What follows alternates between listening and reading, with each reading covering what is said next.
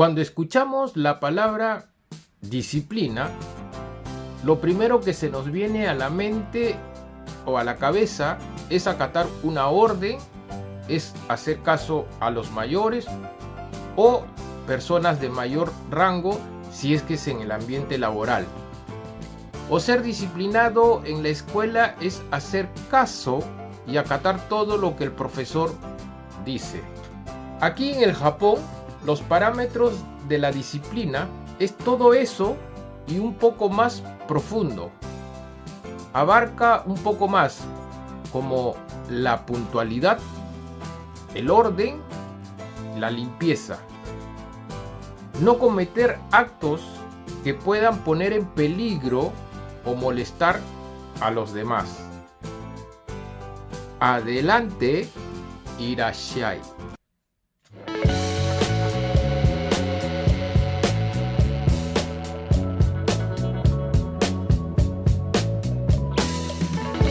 Comencemos con la puntualidad.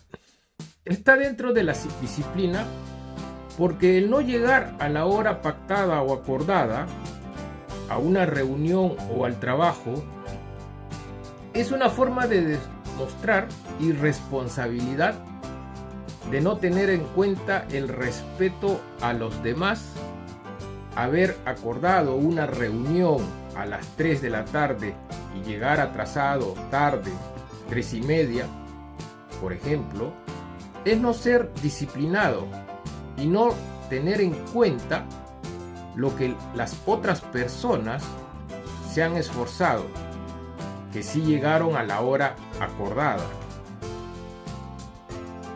O también el llegar tarde en el trabajo, sabiendo que la entrada o horario de trabajo está ya determinado.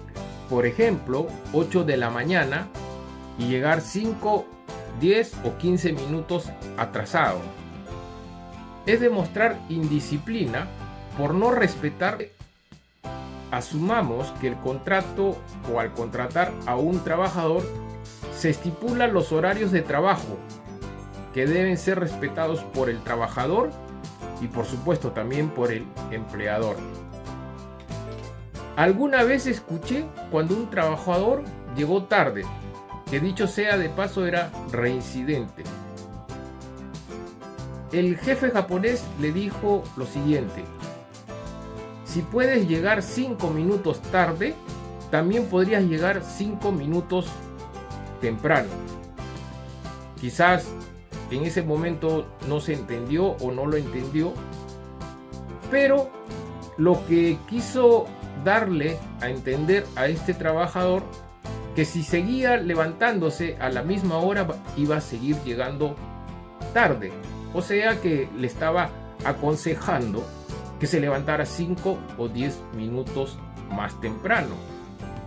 Como también se deduce que le estaba tratando de enseñar que tenía que aprender a disciplinar a su cuerpo. Otro aspecto importante dentro de la disciplina es el orden.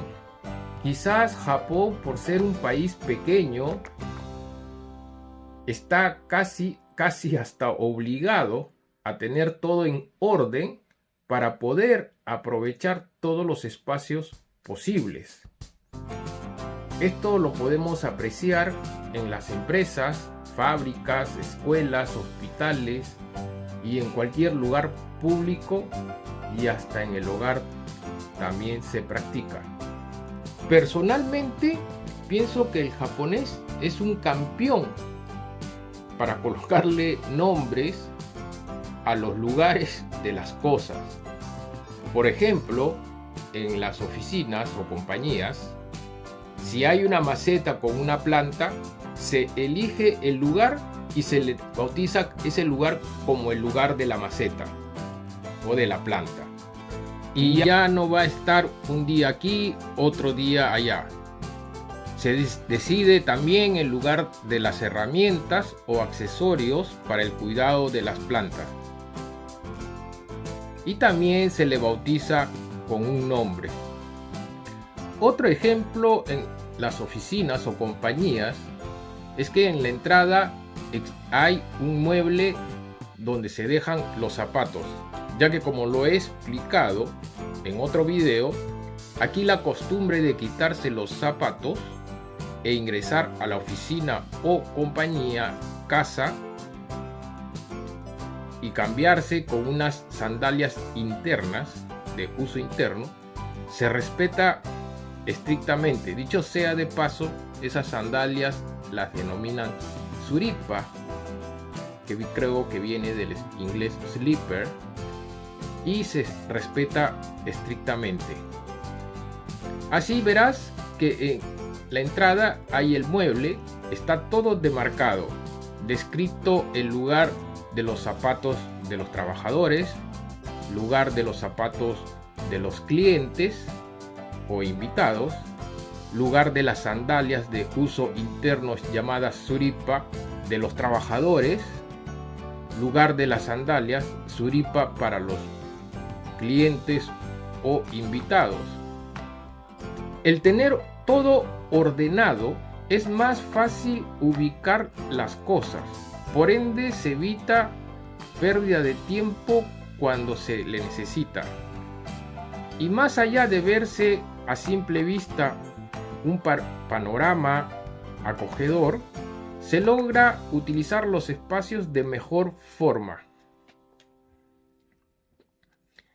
Así como la puntualidad y el orden son muy pero muy importantes, dentro del concepto de disciplina en el Japón, otro aspecto muy importante es la limpieza. El tener la oficina, la compañía limpia nos ayuda a tener un ambiente laboral agradable. Es por eso que los japoneses todos los días se esmeran en limpiar no solamente la oficina, la compañía, sino también su hogar.